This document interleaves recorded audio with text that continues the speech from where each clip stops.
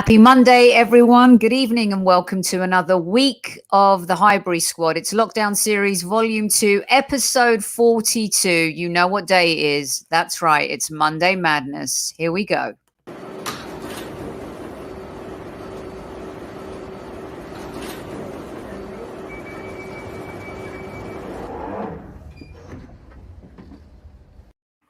Good evening to each and every one of you joining in chat right now. Thanks for joining me for this Monday Madness Top 5 Talking Points. I hope everyone's had a great weekend. As you know, this show is brought to you by our good friends at Football Prizes. We're going to reveal the new auction on tomorrow's show. So make sure you go to footballprizes.co.uk to get your ticket. Haven't heard who's won from last week's, so we shall see. As soon as we know, we will let you know as well. Right, I too am looking forward to another great show, Akuma. Good evening to all of the squaddies. Hello, hello.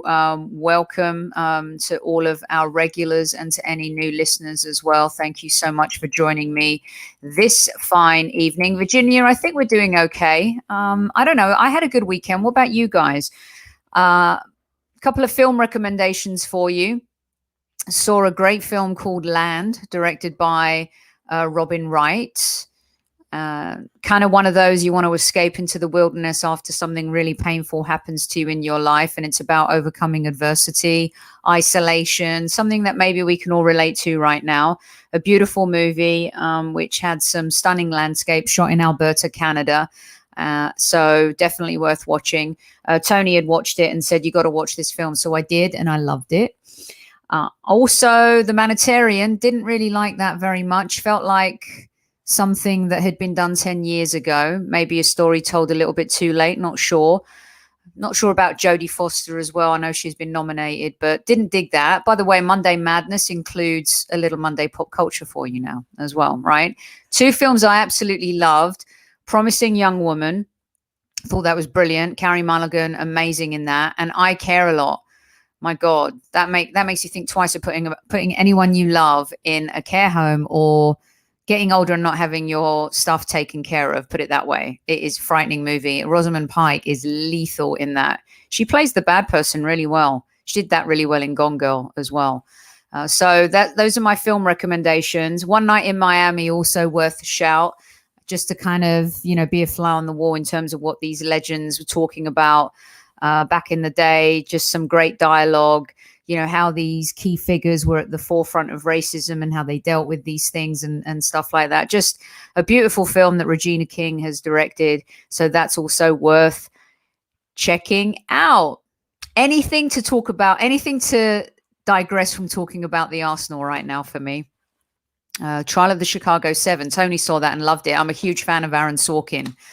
Actually, he's been one of my writing heroes. I just love Aaron Sorkin's work. And this goes back to his play, The Sexual Perversity in Chicago, that then got turned into a film that was my Ambassador of Corn movie when I was growing up about last night with Rob Lowe and Demi Moore.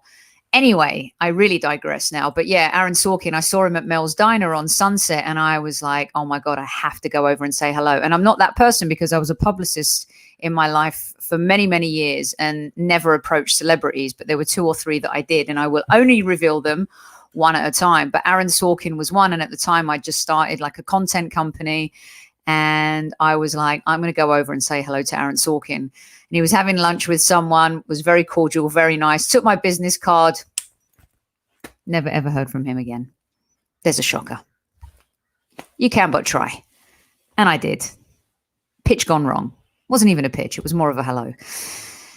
Anyway, all right, we're already 4 minutes in, so let's get to it, shall we? It's Monday Madness. I've got 5 subjects for you guys. Let me see if there's anyone in Coming to America too. Not good at all.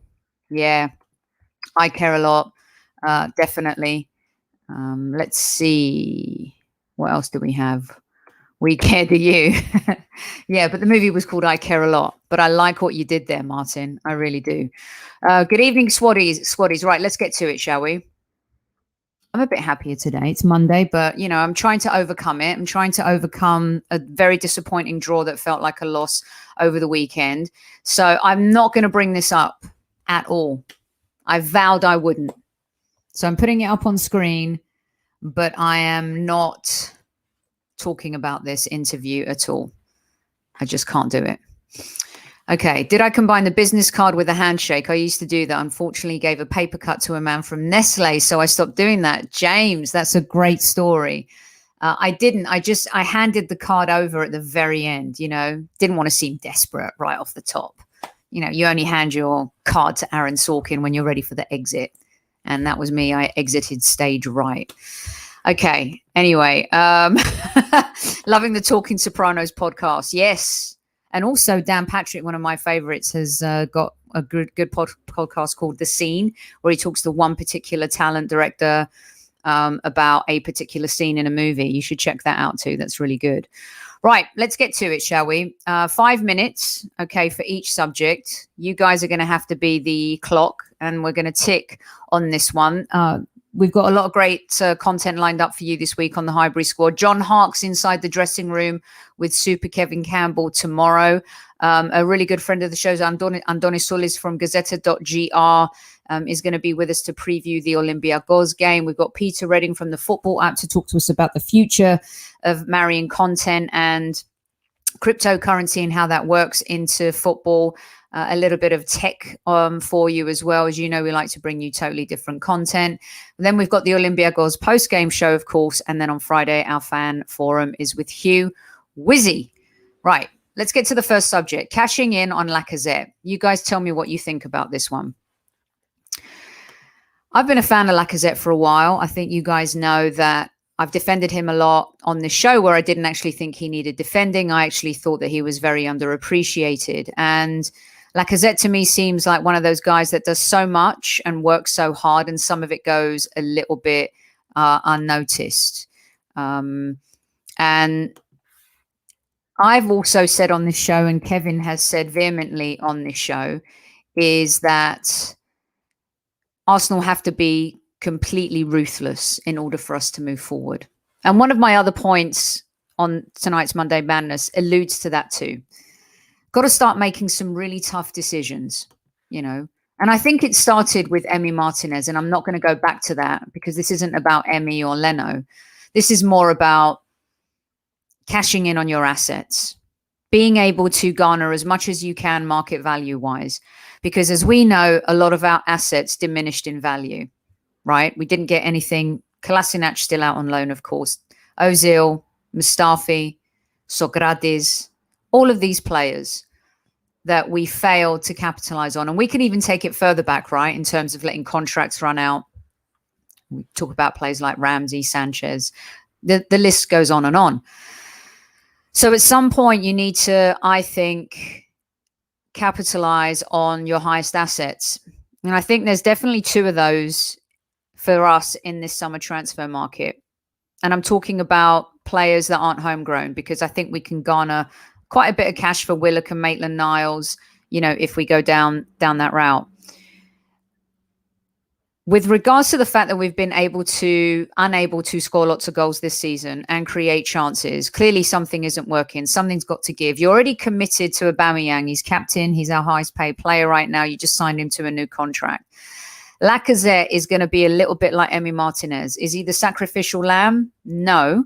But is he somebody who we can cash in on the same way we did Emi? Yes, absolutely. So apparently his agents have started farming him around to Juventus and Barcelona. Atletico Madrid, as we know, was a bit of a narrative last season in terms of them wanting to maybe buy him or make him part of that loan deal with Torreira. So the big question to you guys, first talking point, is do we cash in on Lacazette? Kevy Kez says sell Lacazette. Amesy says sell Lacazette. Zander says, unfortunately, no time for sentiment. We need to cash and get new blood. It's hard because I think he's more of a captain than Oba, says Michael, but I feel like it's time to move on and reinvest in a younger forward. And I think Michael touches on it perfectly here. The way he's integrated with the younger players, he's done so well. Seamless leadership, right? Aubameyang seems to struggle with leadership a little bit, tends to do a lot better with leadership when he's scoring goals and he's more confident. There's no arguing about that. That's a natural thing. But if you're a leader, you lead by example when you're up or down. Don't see him doing too many interviews when he's not playing well, not scoring. He scores a hat trick and has the match ball and is in front of the camera. Now, I'm not criticizing Aubameyang. I'm just saying that Lacazette is more of a natural leader than him. Unfortunately, he can't score as many goals as him. And that's because of the role he plays as well. So Simon says, since Lacazette has been at Arsenal, we haven't played to restraints at all. I think the time is right.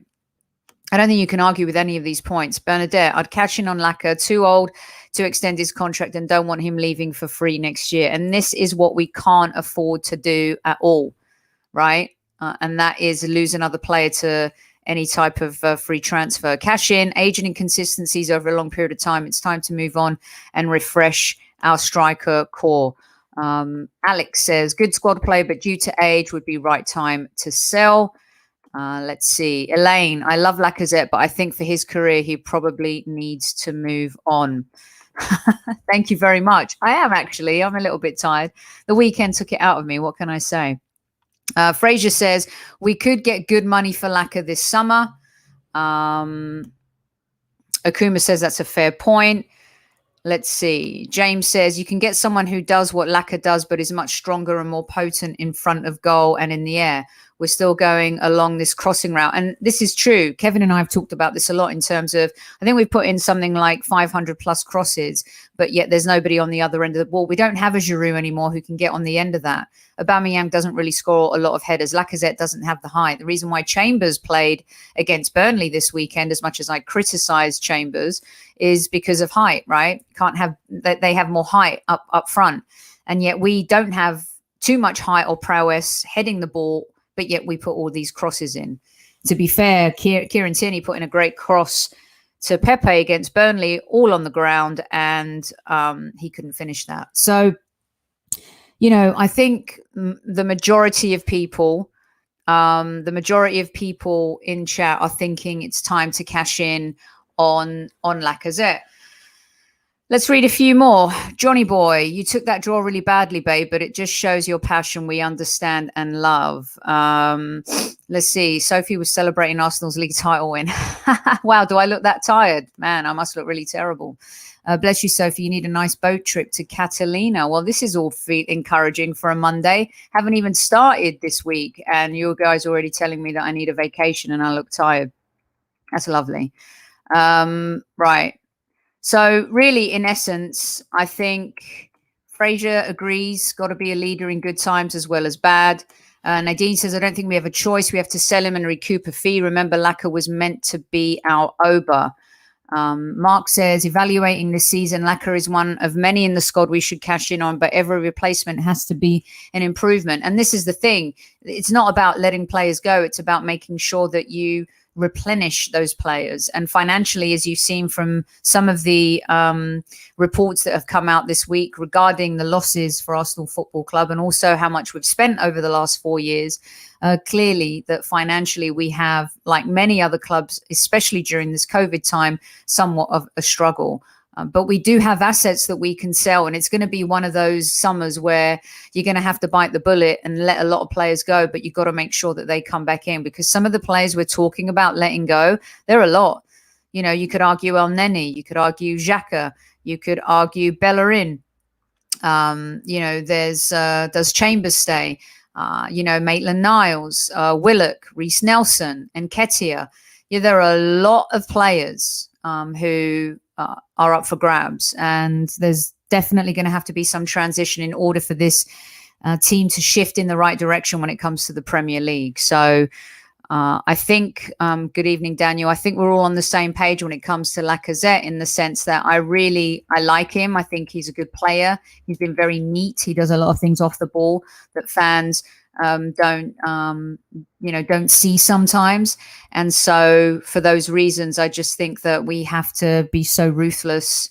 As much as I like him, and I think he's been neat and he's done good things off the ball, we could get at least 25 million for him. And right now, cash is king at the Arsenal, and we need that cash to reinvest. Thank you, Bernadette, for your reassurance right there.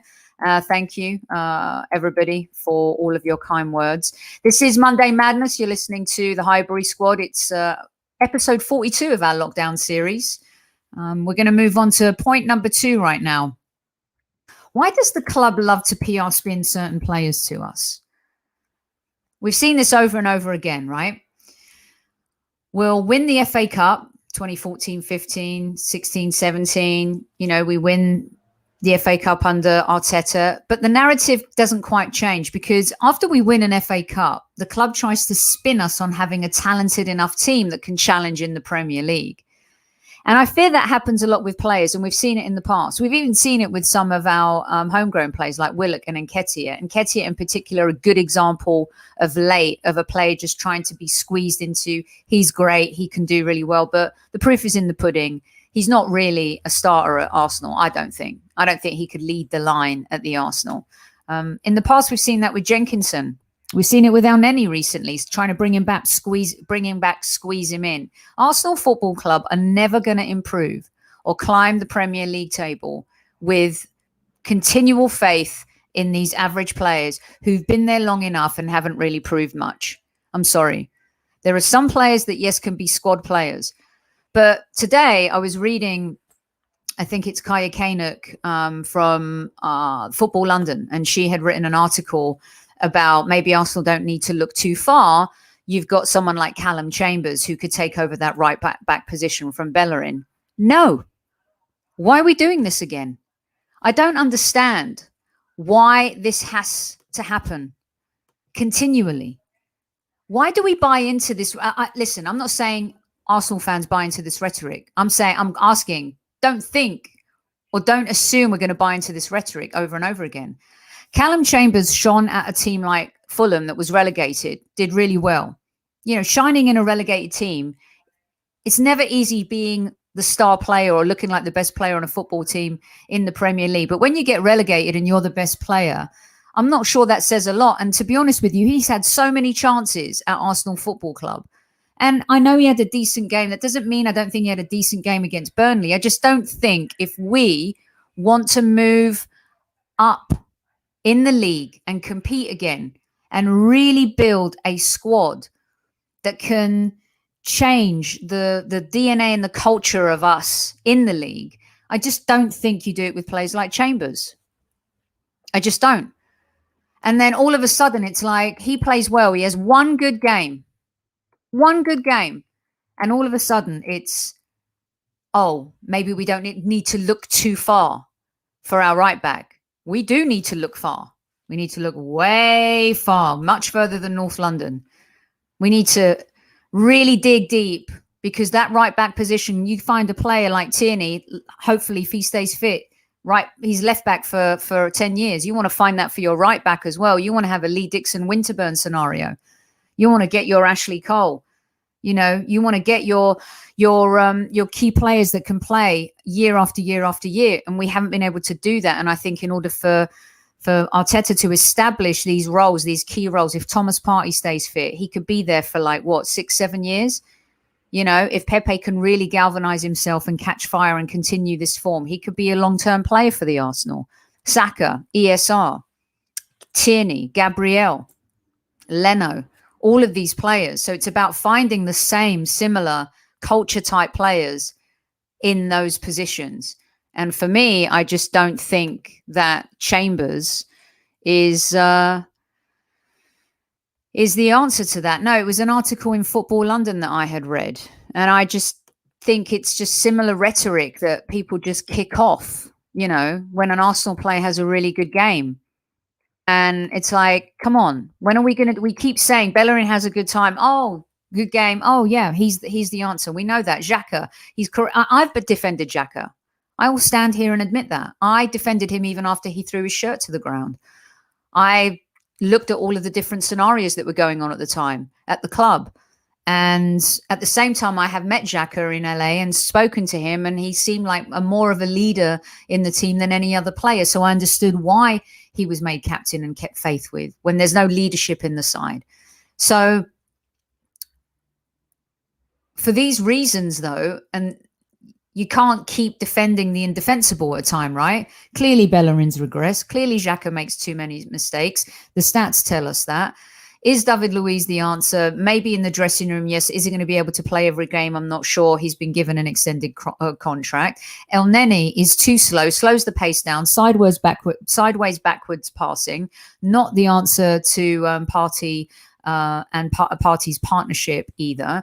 When he and Xhaka play together, it's horrendous. It's like, watching two turtles try and compete together in a 100-meter sprint, and it's just never going to happen.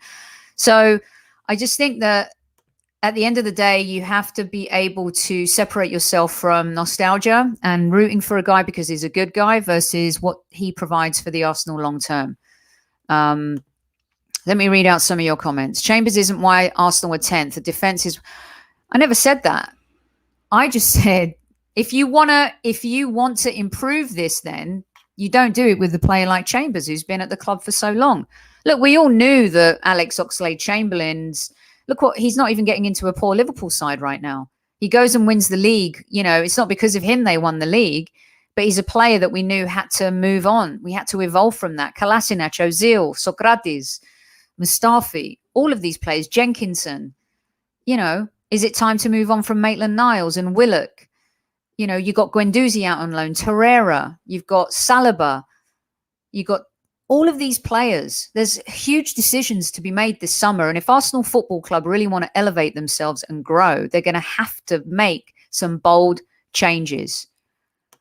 Amesy says, mediocre, Bellerin, Chambers, Jacket, Elneny, but will we clear lots more out this summer? Well, we have to do it in steps as well. Shady says we deserve a lot better players than Chambers, Bellerin, Elneny. I mean, these players have been given a huge opportunity to shine over and over again, and they've not been able to do that. Good evening to 200 of you in live chat right now. Thanks so much for joining me. You're listening to Monday Madness, Top 5 Talking Points. Get your points stuck in now. It's brought to you by Football Prizes. The question is about Arsenal selling us and spinning players PR-wise, or spinning moments. Like, we've won the FA Cup. We're good enough to compete in the Premier League. Chambers has a good game. Oh, he might be the answer now to right back, replacing Bellerin long term. I just think these types of conversations we've seen and heard over and over again, and I just don't understand it. Gunn says, while I understand the need to clear out a number of players, reality means that completing contracts of any player is not easy. Yes, completely agree with you. 3 parties have to agree. And at the same time, though, the club also needs to be proactive in making these decisions, making sure that they're not waiting for a contract to be in its last year or run out, or you're finding yourself in these precarious situations over and over again. And let's be honest, we've handled our transfer business pretty poorly over the years. Let's see. Simon says, Bissouma, Lamptey, Kanote, Auer, they're the players we need this summer with Aubameyang, Pepe, Odegaard, Gabriel Martinelli, Saka, ESR, Thomas Partey. I like that team, but don't you worry about Lamptey's injuries? If we're talking about injury-prone players and being worried about that in terms of Arsenal's history, aren't we worried about Lamptey's injuries lately? I think that's a problem. I think we need to be really careful. I also think we shouldn't be held to ransom with some players. So, it's not an easy situation. Let's see. Zamir, realistically, this is our squad if we sell the Deadwood. Leno, Cedric, Mari, Holding, Gabriel, Saliba, Tierney, Partey, Oba, Saka, ESR, Martinelli, Pepe. Yeah, but that would be a pretty weak squad. And also, I think that we're not going to be able to fire sale the lot. We let a lot go in January, but also Arteta has had the opportunity to bring in some of his own players. And the fact that we're not improving in the league position, this is really worrying, which just tells you that the job is far from over and the transition of players is far from over, which is why I personally think that we need to be able to move on from players like Chambers and stuff. Yeah, he is 5'5", injury prone. Completely agree. South London's finest. Arteta needs to be ruthless because it will be his job. Absolutely. Her managers aren't stupid. He gave it too much time with the Colas and the Mustafis of the world. He allowed that to evolve too much. Even with Willian. Willian started to perform better after he'd been benched for, 2 months? Being used as a sub, not starting. So he kept faith with certain players for a bit too long. And you could say that's cost us a league position. Players are also to blame, of course, for their performances. But you could argue that maybe he didn't start taking enough risks or trusting a transitional moment in terms of players that he would choose as part of the first team, because he was keeping faith with what he thought he knew. But he too found out that those players just weren't good enough. And I think in the end, that's really hurt us. You might be the only person who's not convinced by Bissouma. If you think we could do better, let me know who. I mean, he's a very, very good player, and a lot of teams are looking at him to the point where I actually not sure if we're able to sign a player like Bissouma. There's quite a few big teams that are interested in him. You could argue that Manchester United might be in line to sign him ahead of us. Who knows? They can offer Champions League football. We can't. We don't know yet. We have signed players without Champions League football. Heck, we signed Aubameyang and Lacazette and Pepe without Champions League football. So that just shows you that Arsenal is still an attraction even without that. But Europa League football is important too. To be in Europe, to have that opportunity to qualify for Champions League football and win a European trophy is very, very important. So these are really, I think we can still attract players, but we've got to be very careful about falling completely out of Europe this season. And as big a pool as London is, Matty K, a lot of players still like to the fact that they're playing in Europe, even if it's in the Europa League. I'm not saying it's the answer, but at the same time, I think that we need to be really careful about that. I'll be over the moon if we get him. He's the perfect partner for Thomas Partey. That would be an amazing partnership. And I think that if we strengthen in the right back position, we get a creative player, a striker. We need cover for Tierney at left back, though. You could argue Matty Ryan's going to stay, but is Runnison good enough? Do we need another goalkeeper? There are still a lot of things that need to be done to this squad. But I do also think that we still have a good enough squad that should be able to play better football the same way Everton and West Ham and Leicester have this season. I'm not sure you could argue those three squads have better players than we do, and I think a lot of the times we're using this as an excuse now in terms of the transition and the fixing of the 17 years. Well, Unai Emery was able to do more in the Premier League than Arteta, so we have to wait and see. Virginia, we got to win Europa League. The league is done and dusted. I mean, it was a bad result against Burnley. Every other team around us, lucky Everton have lost. Tottenham win again. They've got this resurgence. Mourinho's found perfect timing, hasn't he, to bring Bale back to life, or Bale's brought Tottenham back to life. Which way would you like to look at it? But my goodness, do we have a massive game this weekend? Again, that could shift things a little bit. Maybe give us one last glimmer of hope. But it's not going to be easy at all. All right, here we go. Monday Madness continues right here. Get your comments in. Let's see what we got here. Dempsek can go to Chelsea. The Spuds both in London. The pull of London isn't enough. Yeah, I mean, well, the pull of Arsenal maybe isn't enough. Why do we have to make this about London? I really love to see us go after bigger players with physique and improve on the spine. Kevin and I have talked a lot about Lukaku. We need a forward like that. Bully people, scare them in the tunnel, make them think twice before they've even come out. We're too polite sometimes. We're too soft. Sometimes we're weak sauce. We need to be strong enough. We need to fight harder. And, we're not being able to do that. Elaine, Unai Emery is an experienced manager. We're not sure why we're comparing him. Okay, so we give him a pass, Arteta a pass because he's a novice, but an experienced manager like Arteta gets punished because he's an experienced manager and he's won 3 Europa Leagues. I don't get it. If you're manager of Arsenal, you're playing the same games. This isn't a job to learn on, in my opinion. I mean, I really don't understand this. It's clear. Arteta had the chance to qualify for the Champions League even when Emery was fired, and he didn't do that. The difference is Arteta won the FA Cup and he won his final, and Unai lost the Europa League in spectacular fashion and lost his. Winning the FA Cup bought Arteta a lot of love coupons. That's my humble. opinion here. BX Gunner, we've fallen far and it's been a long time coming. We're competing with the bottom. Yeah, we're not. I mean, United, City, Chelsea, they're not our rivals anymore. You know, Leicester, are they? No? Are we Wolves, Southampton, Everton nowadays? Maybe that's our speed if we're lucky. We'll see how the season ends. Hey, DWTT, welcome, mate. I am having a good day. Are you? Lone Star, Sophie's point is spot on and clear and obvious. Sell the experienced, overpaid and tried and trusted players that have only dragged us backwards from 5th to 15th in 4 years. I mean, look, table doesn't lie. People want to have a go at United, and I've even had two saying, how is this Man United team second? But somehow they're there. And the one thing that gives me hope about Arteta is, can he pull off an Ole? Everyone wanted Ole Gunnar Solskjaer out. They were in the bottom half of the table. They were struggling. Everyone was saying he's a novice. He can't do it. Crap manager. Gets them back into the Champions League. They finished third.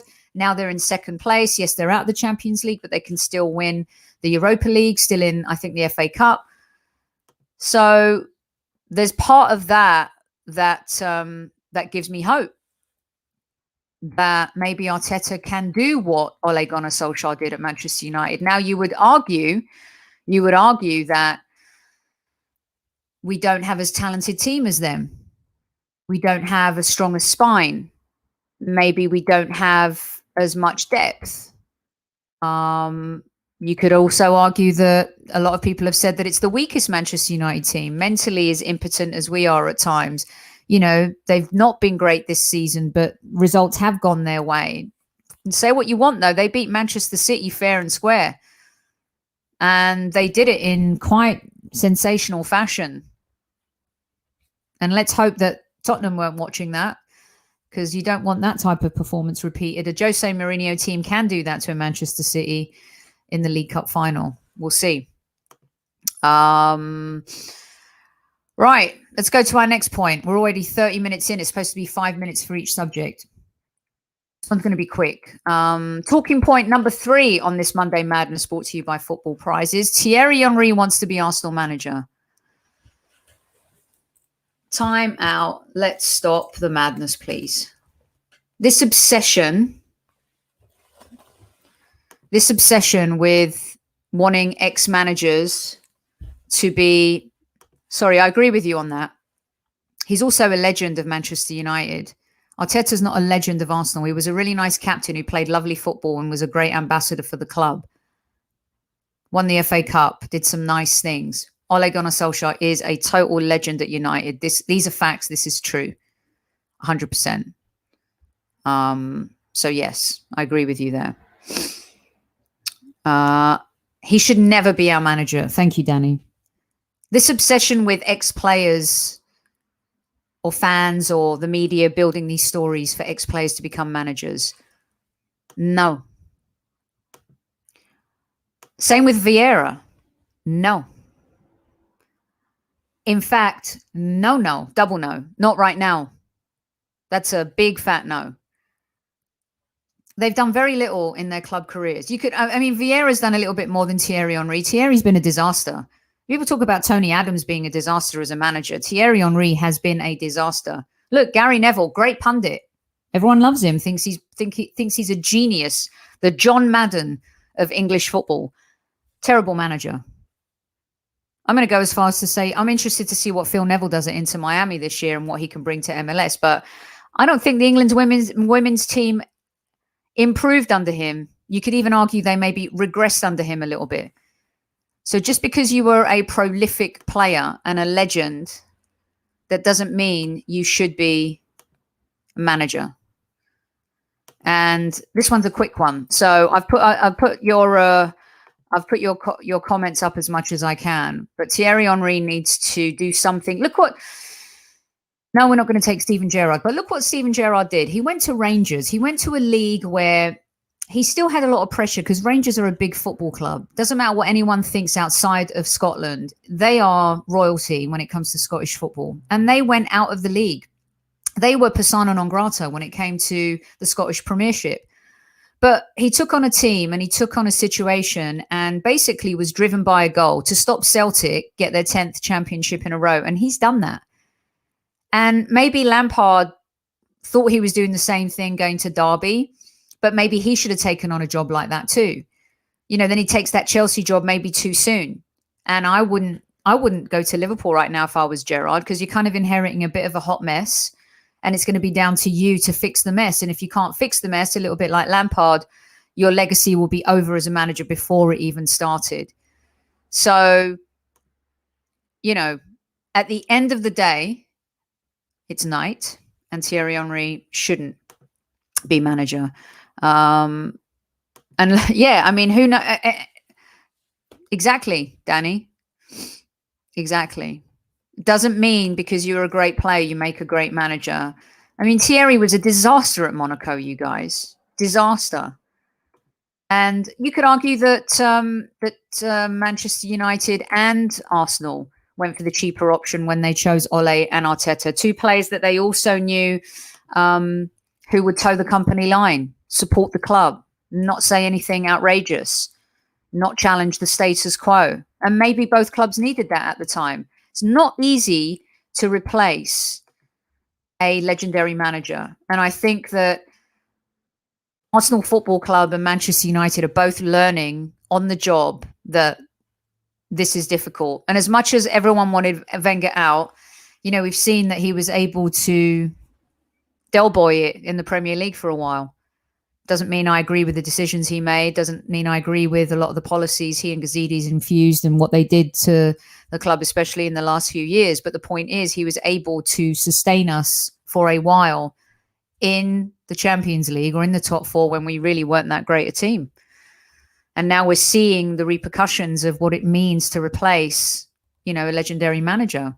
We don't have the revolving door policy like Chelsea. That's not our culture. We can't do that. We can't recover that way because we've had too much stability for so long. And at some point, that stability also becomes institutionalized, right? Because you get certain behaviors that become acceptable, like enabling players to not have to train when they don't want, taking the foot off the gas. Everything becomes cozy, It's like going to the same family member's house every Christmas Day, and then someone says, well, I'll do Christmas this year. What? No, we always go there. Change is not easy for many people, and it certainly hasn't been easy for us. And as much as I have disagreed with some of Arteta's moves, it's also not easy for Unai Emery and Arteta to undo problematic, systematic issues that have been ongoing for years and years and years. Let's read some of your comments. Runs with the cows. Everybody has to start somewhere, but starting a managerial career at Arsenal has always felt like madness to me. Just like Kev says, sometimes where the weight of the badge might be too heavy, same as a manager. It's not easy to step in to these roles sometimes. But when you have the arrogance of Arteta, you also have to accept and take what comes with it too, right? Ole had managed before. Yeah, but what he got Cardiff relegated, Pramod. He did not do well either. But somehow he's found a way. And I think it's his legendary status at Manchester United that has helped him galvanize this team and he's made them believe in something. There's no doubt about that. And they've overcome some adversity as much as they've also been helped here and there with VAR decisions this season, especially penalties. But let's not also forget that one player has changed their fortunes, Bruno Fernandes. The one player who's kind of changed our fortunes in midfield has been injured a lot, Thomas Partey. But when we do play with him, we're very different. We're more composed. We have more speed. We're able to pass through the midfield a lot quicker. One player can make a massive difference. Look what's happened to Liverpool. No Virgil van Dijk. They've crumbled without him. Yes, they've had other injuries, but the house of cards fell once he became injured. Alisson loses his form. They leak goals. Their fortress at Anfield over now. Football is very fickle, and it's fine margins. And, Arteta's bought good players, Gabriel, Thomas Partey, but he's bought in his own players. He chose to bring in Willian. He chose to give Xhaka, or wanted to give Xhaka an extension. He wanted to keep Luis for an extra year. But we're missing that link. We've got Thomas Partey. Gabriel's regressed, but I think that's because of COVID, right? Pepe's improved, but that's because I think not because of Arteta. I think because of the competition. and his willingness to put in more effort, and the fact that he has Willian breathing down his neck, and he knows that this is his chance, and he's maybe his last chance. So it's not easy. Yeah, but he has people around him that do that for him. He's like the cheerleader, Zamir, and he lets all the others do the tactical things. You know, Trusay, Kroenke and the board are most likely to promote Mertesacker. Is that true? I don't know about that. I can't say anything on that because we don't know if that's true. But again, that's not the right decision, is it?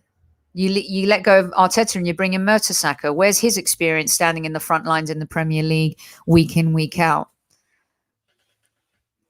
And I'll tell you something, if Liverpool don't want Klopp and he's looking for a new challenge, I'll take him. I completely agree. I completely agree.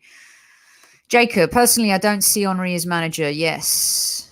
I think it's just him. He's in the shop window now, right? He's left Montreal. He's looking for a gig.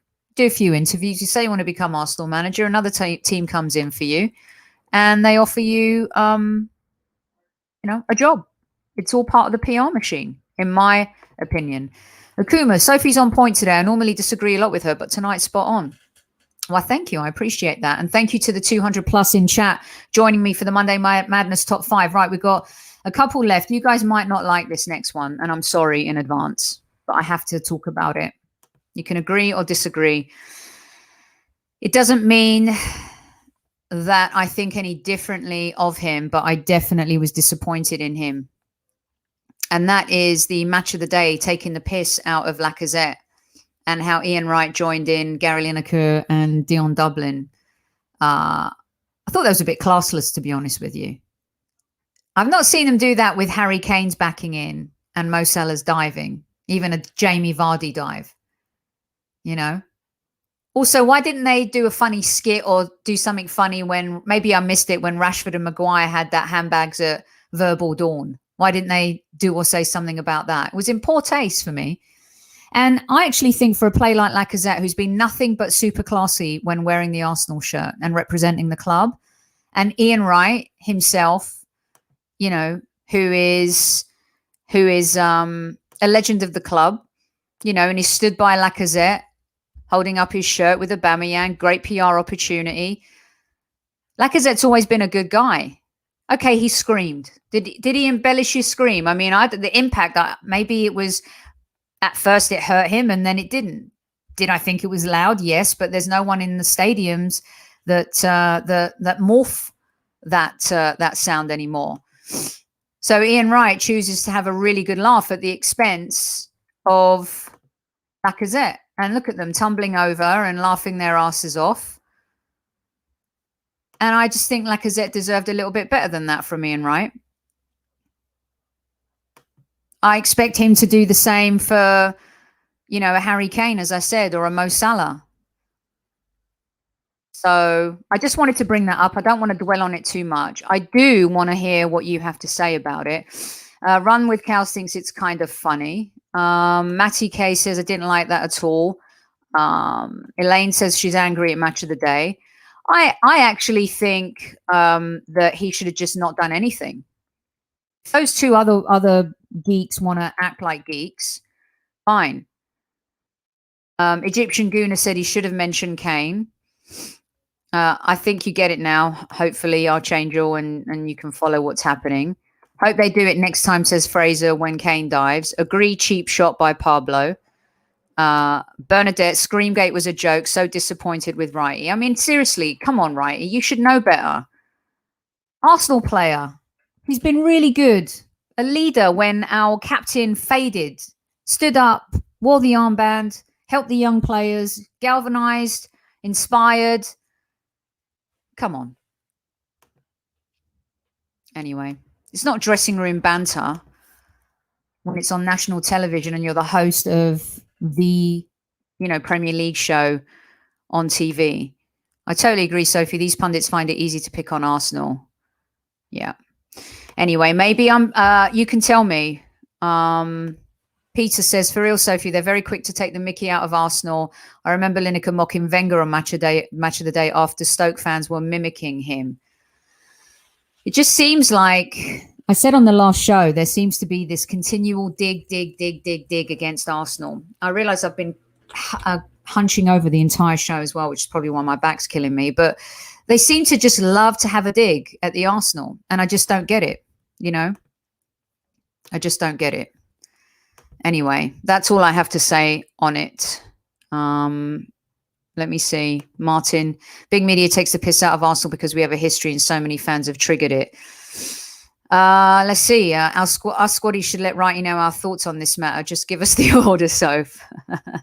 No, we don't want to do the same. We just want to voice our opinions and say, I expect a little bit better from an Arsenal legend.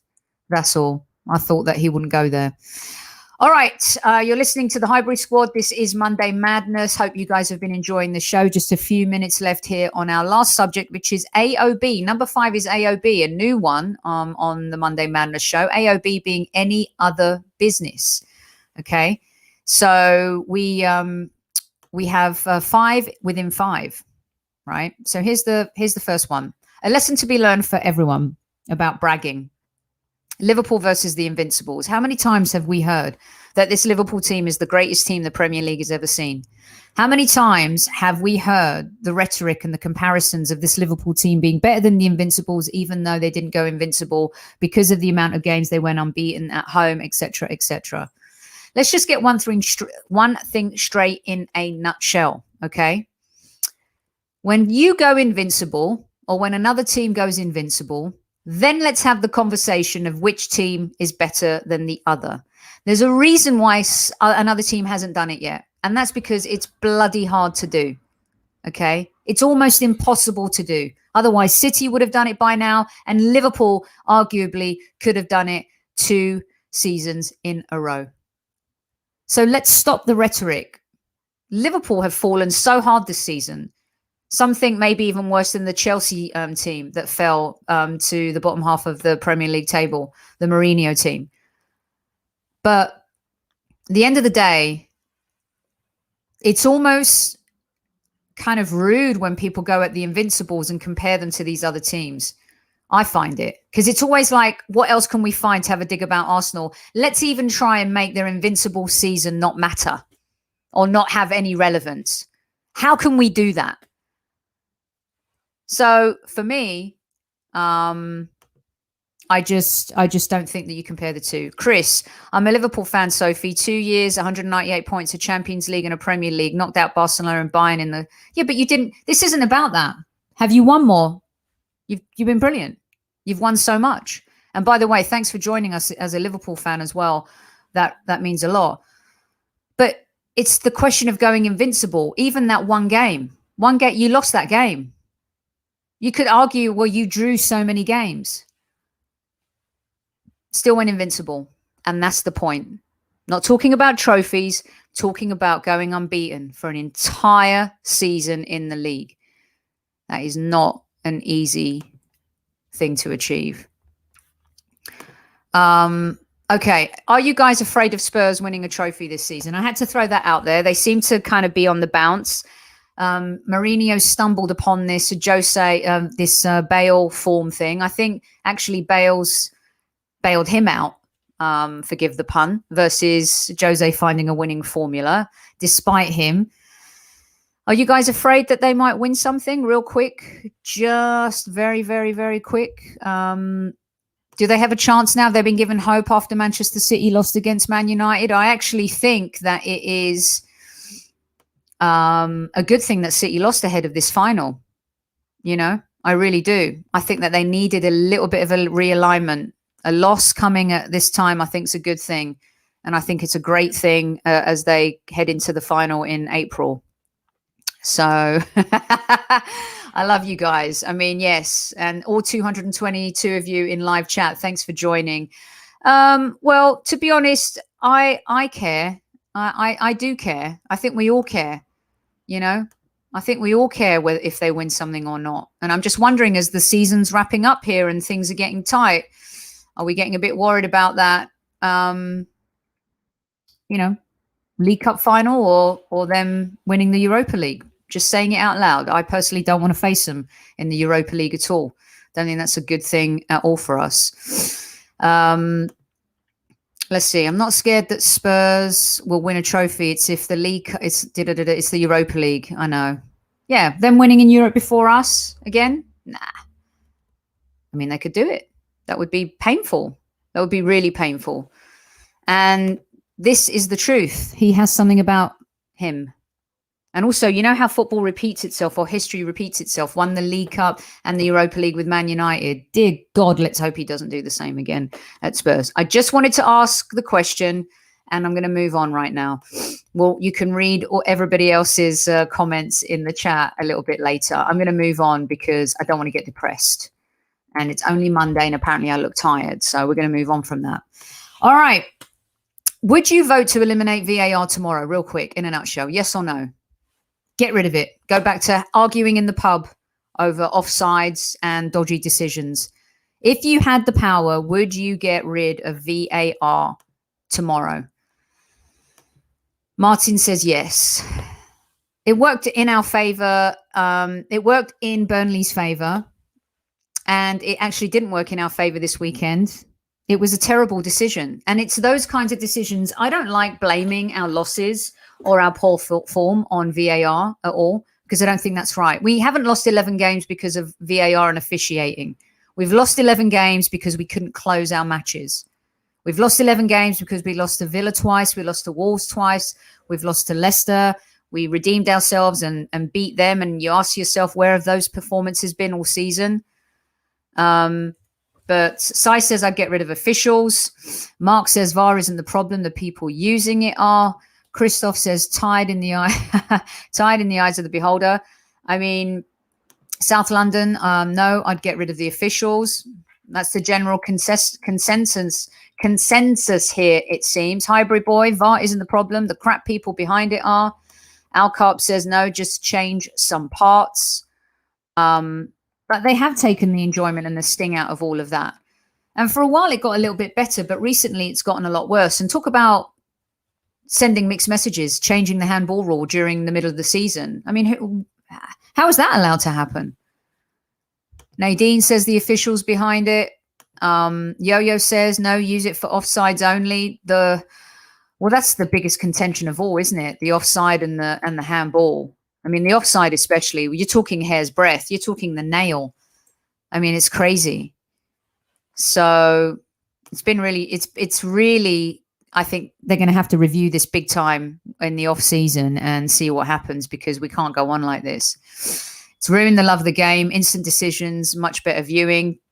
So we're all willing to argue with each other that we got robbed, rather than have VAR screw it up and officials then screw it up by not going to the monitor or telling a referee or prompting him to take a look at stuff. This is what we're saying. We're willing to do that. Amazing. Yeah, me too.